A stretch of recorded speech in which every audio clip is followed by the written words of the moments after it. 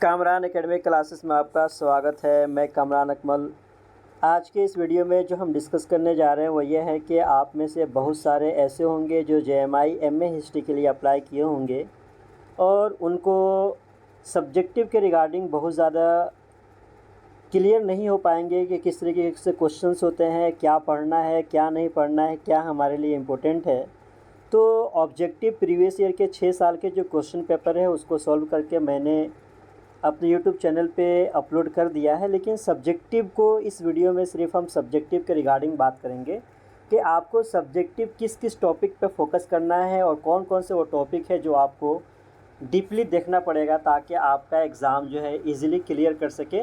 और subjective part ही को हम लोग इसमें डिस्कस करेंगे। और इसी के साथ साथ अगर आपको प्रीवियस ईयर का क्वेश्चन पेपर चाहिए तो आप मेरे टेलीग्राम लिंक से जुड़ सकते हैं, जिसका लिंक मैं डिस्क्रिप्शन बॉक्स में दे दूँगा। तो शुरू करते हैं। सबसे पहले अगर हम बात करते हैं एमए हिस्ट्री का जो सिलेबस है उसको हम 2 हिस्सों में डिवाइड करते हैं। एक पार्ट 1 होता है, एक पार्ट बी होता है। पार्ट 1 के बारे में अगर हम बात करते हैं तो 40 नंबर के मल्टीपल चॉइस क्वेश्चंस होते हैं और उस सब एक क्वेश्चन जो होते हैं 1 मार्क्स के होते हैं और उसी के साथ साथ इसमें 0.25 नेगेटिव मार्किंग भी है। तो इसको हम लोगों ने डिस्कस कर लिया है, लेकिन जो सब्जेक्टिव है उसको डिटेल में डिस्कस करेंगे। पार्ट बी जो है उसको भी हम 2 सेक्शन में डिवाइड करते हैं। एक जो है सेक्शन 1 है और एक जो है वो सेक्शन 2 है। तो सेक्शन 1 के बारे में अगर हम बात करते हैं तो सेक्शन 1 जो है shall contain a passage from a book by a modern historian followed by 2 questions based on the passage। कोई भी मॉडर्न हिस्टोरियन है, इतिहासकार है, उनकी जो किताबें हैं उनसे एक पैसेज लिया जाता है और उसी को दे दिया जाता है और उसके बेसिस पे आपसे 2 क्वेश्चन पूछे जाते हैं और एक क्वेश्चन 10 नंबर का होता है। और टोटल इस तरीके से सेक्शन ए जो होगा वो 20 मार्क्स का होगा। और सेक्शन 2 जो है इसके बारे में अगर हम बात करते हैं तो इसमें ancient, medieval, modern period of Indian history और उसी के साथ साथ आपके वर्ल्ड हिस्ट्री के भी कुछ जो ब्रॉडर एरियाज़ है उसको आपको कवर करना होता है ताकि उसके ज़रिए से आपकी हिस्ट्री का क्या एप्टीट्यूड है उसको जांचा जा सके, देखा जा सके कि आपको हिस्ट्री कितनी आती है। इसमें अगर हम बात करते हैं कि सेक्शन 2 में टोटल 8 से 10 क्वेश्चन होते हैं और उसमें से एक क्वेश्चन आपको लॉन्ग आंसर के फॉर्म में लिखना होगा और वो 40 नंबर का होगा। तो इस तरीके से टोटल आपके 100 मार्क्स हो जाते हैं 40 सब ऑब्जेक्टिव के, 40 पार्ट बी का। सेक्शन 1 जो है पैसेज वाला 20 उसका और सेक्शन 2 में एक क्वेश्चन लॉन्ग करना है वो 40 नंबर का होगा। तो इस तरीके से टोटल आपके 100 मार्क्स के हो जाएंगे। तो तीनों को आपको तैयारी इस तरीके से करनी है कि आपका ऑब्जेक्टिव पार्ट भी ठीक हो और इसी के साथ साथ पार्ट बी का सेक्शन 1 को भी आप सही से करें और सेक्शन 2 को भी आप सही से करें। अब हमें पढ़ना क्या है, सबसे ज़्यादा जानना ये ज़रूरी है कि students will be tested for their understanding of major themes of Indian and world history such as. Basically जिन लोगों ने भी ग्रेजुएशन किया है हिस्ट्री से या किसी और डिसिप्लिन से और वे एमए इन हिस्ट्री को परस्यू करना चाहते हैं तो बेसिकली उनकी अंडरस्टैंडिंग को देखा जाएगा कि ये जो मेजर थीम्स है इंडियन या वर्ल्ड हिस्ट्री का उससे कितना वो अवेयर है। जैसे अगर हम बात करते हैं हड़प्पन सिविलाइजेशन है, transformation from Rigvedic to later Vedic period. Harappan civilisation से क्वेश्चंस बार बार आते हैं, खासतौर से हड़प्पा के डिक्लाइन के बारे में या इसी के साथ साथ हड़प्पा का जो सिटी स्ट्रक्चर है उसके बारे में। फिर वैदिक और लेटर वैदिक पीरियड का जो भी ट्रांसफॉर्मेशन हुआ ऋग्वेदिक पीरियड से लेटर वैदिक पीरियड में उसके बारे में। हेटेरोडॉक्स रिलीजियस मूवमेंट जैसे जैनिज़्म है, बुद्धिज़्म है, उसके बारे में। Ashoka and his time, Ashoka की क्या अचीवमेंट है, उसके जितने भी शिलालेख वगैरह है या इसी के साथ साथ अशोका का धम्मा पॉलिसी है या इसी के साथ साथ अगर हम बात करते हैं कि अशोका का कालिंगा के वार है, ये सब इम्पोर्टेंट है। ट्रेड एंड अर्बनाइजेशन 200 BC से लेकर 200 AD तक किस तरीके से ट्रेड और अर्बनाइजेशन का डेवलपमेंट होता है वो आपको देखना है। Society reflected in Sangam literature, Sangam literature के पीरियड में सोसाइटी को किस तरीके से रिफ्लेक्ट किया गया है और चोला, चेरा, पांड्या का क्या योगदान है, संगम लिटरेचर में कौन कौन सी किताबें बहुत ज़्यादा इम्पोर्टेंट है, ये सारी चीज़ें आपको इस पर देखनी है। 7वां जो थीम है वो है development in the field of art and architecture in Gupta period. Gupta period में आर्ट और आर्किटेक्चर के फील्ड में क्या अनुभव रहा है वो आपको थोड़ा सा देखना पड़ेगा। तो ये भी आपको आर्ट और आर्किटेक्चर के फील्ड में जो भी अचीवमेंट है गुप्ता पीरियड का वो आपको बढ़िया से देखना है। इंडियन फ्यूडलिज़म का जो डिबेट है, डिबेट भी बहुत ज़्यादा इम्पोर्टेंट है, किसका क्या कहना है तो ये डीडी कौशाम्बी का है, हरबंश मुखिया का है, आर एस शर्मा का है। तो इन तमाम लोगों के जो भी डिबेट है उसको आपको बढ़िया से देखना पड़ेगा। Religious of the Puranas, Tamil devotion and भक्ति कल्ट, यह आपको देखना है। फिर उसी के साथ साथ जैसे आप मिडिवल पीरियड में आएंगे तो वहाँ पे आपको दिल्ली सल्तनत, विजयनगर, मुग़ल एम्पायर का जो पॉलिटिकल स्ट्रक्चर है उसे आपको देखना है। जितने भी बड़े बड़े रूलर्स हैं उसे आपको देखना है। ख़ास तौर से अगर हम बात करते हैं कि दिल्ली सल्तनत में आप आइए तो इल्तुतमिश का पीरियड है, बलबन का पीरियड है, अलाउद्दीन खिलजी का है, मोहम्मद बिन तुगलक का है। अगर हम बात करते हैं ना कि विजयनगर, मुग़ल एम्पायर और दिल्ली सल्तनत के जो भी पावरफुल रूलर्स रहे हैं उनका क्या अचीवमेंट है वो आपको बढ़िया से देखना पड़ेगा। इसी के साथ साथ अगर हम बात करते हैं दिल्ली सल्तनत का, तो दिल्ली सल्तनत में इल्तुतमिश के बारे में, बलबन, मोहम्मद बिन तुगलक, फ़िरोज़ शाह तुगलक, अलाउद्दीन खिलजी, इसी के साथ साथ इब्राहिम लोधी वगैरह का जो भी अचीवमेंट है वो आपको देखना है। अलाउद्दीन खिलजी का मार्केट रिफॉर्म को काफ़ी बढ़िया से आपको देखना पड़ेगा। मुग़ल में अगर आप देखिएगा तो वहाँ पे अकबर का है, शाहजहाँ का है, औरंगज़ेब का है, बाबर का है, हुमायूं का है, जहांगीर का है। इन 6 लोगों के बारे में अच्छा से आपको देखना पड़ेगा।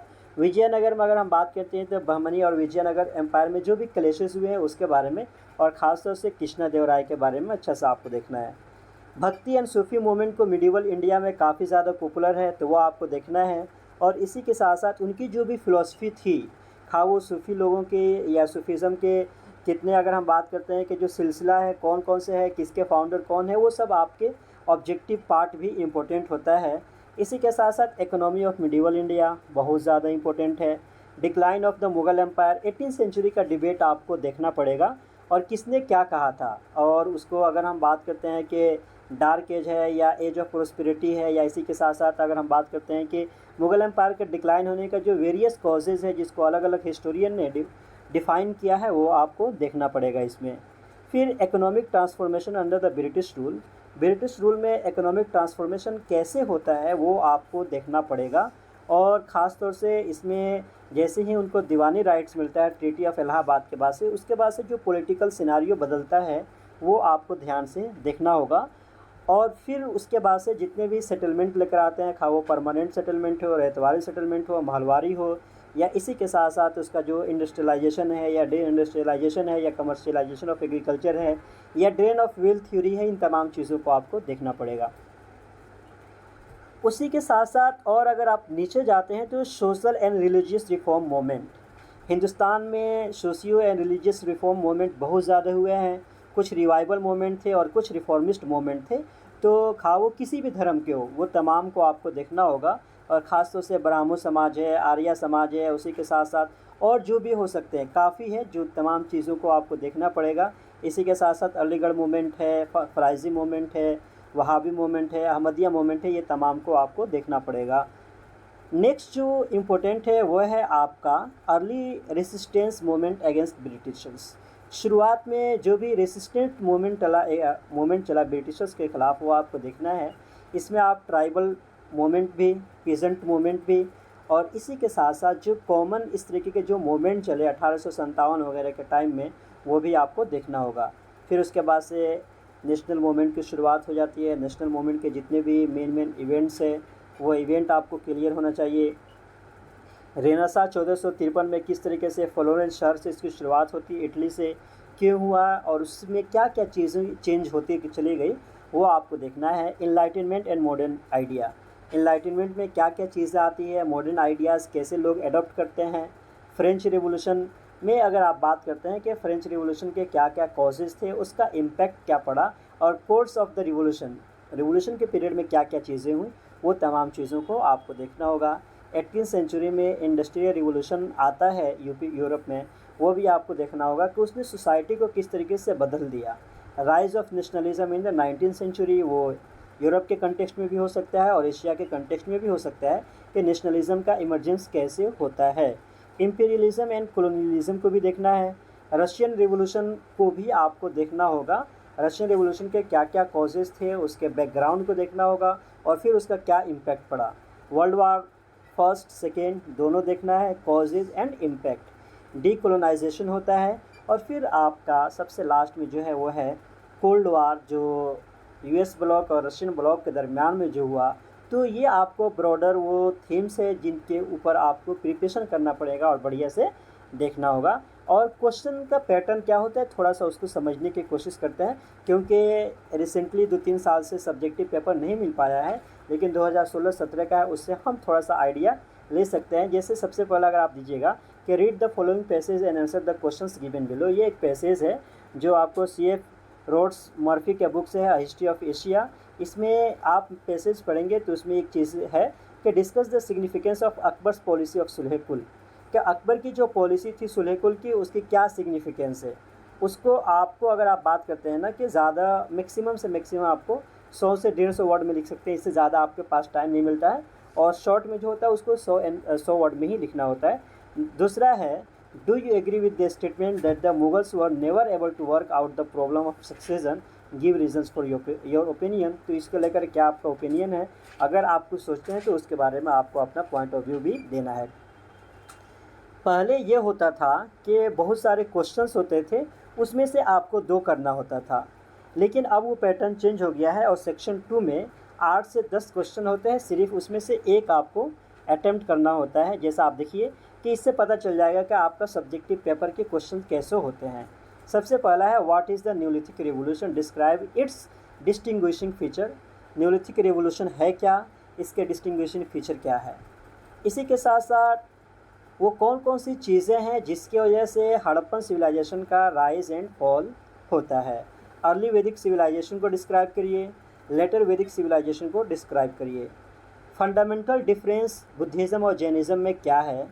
इसी के साथ साथ इज़ कन्फ्यूशियनिज़्म अ रिलीजन और is better thought of as a moral code. Bhakti movement north India में कैसे फैला। रज़िया सुल्तान के पीरियड के बारे में एक असेसमेंट आपको लिखना है। इसी के साथ साथ डेक्कन पॉलिसी जो मुगल्स का है और ख़ासतौर से औरंगज़ेब के पीरियड में क्या था उसे आपको डिस्कस करना है। इसी के साथ साथ मुग़ल का आर्ट और आर्किटेक्चर के फील्ड में क्या ग्रोथ हुआ, क्या कंट्रीब्यूशन रहा, वो आपको मेंशन करना है। फ्रेंच रिवॉल्यूशन के क्या क्या कॉजेज़ थे, फर्स्ट वर्ल्ड वार के क्या कॉजेज़ थे, how far has India moved on the path the Mahatma Gandhi had envisioned. तो गांधी जी ने जो रास्ता लेकर आए थे, क्या रास्ते हिंदुस्तान उसी रास्ते पर गामजन है या नहीं है। और क्वेश्चन नंबर 14 जो है what have been the major features of Sri Lanka and Nepal politics in context of the history of their relation with India. तो ये 14 क्वेश्चन है और उसमें से आपको 2 क्वेश्चन अटेम्प्ट करना था। इसी के साथ साथ 2017 का भी अगर आप देखेंगे तो ये पैसेज वाला सेक्शन है, उसमें इरफान हबीब का एग्रारियन सिस्टम ऑफ मुगल इंडिया से एक पैसेज है और उसी के बेसिस पे आपसे 2 क्वेश्चन पूछे गए हैं। What are the rights and duties of a ruler outline in the passage quoted above. और उसी के साथ साथ आपके अकॉर्डिंग जो है साइज ऑफ सरप्लस क्या था वो आपको बताना है।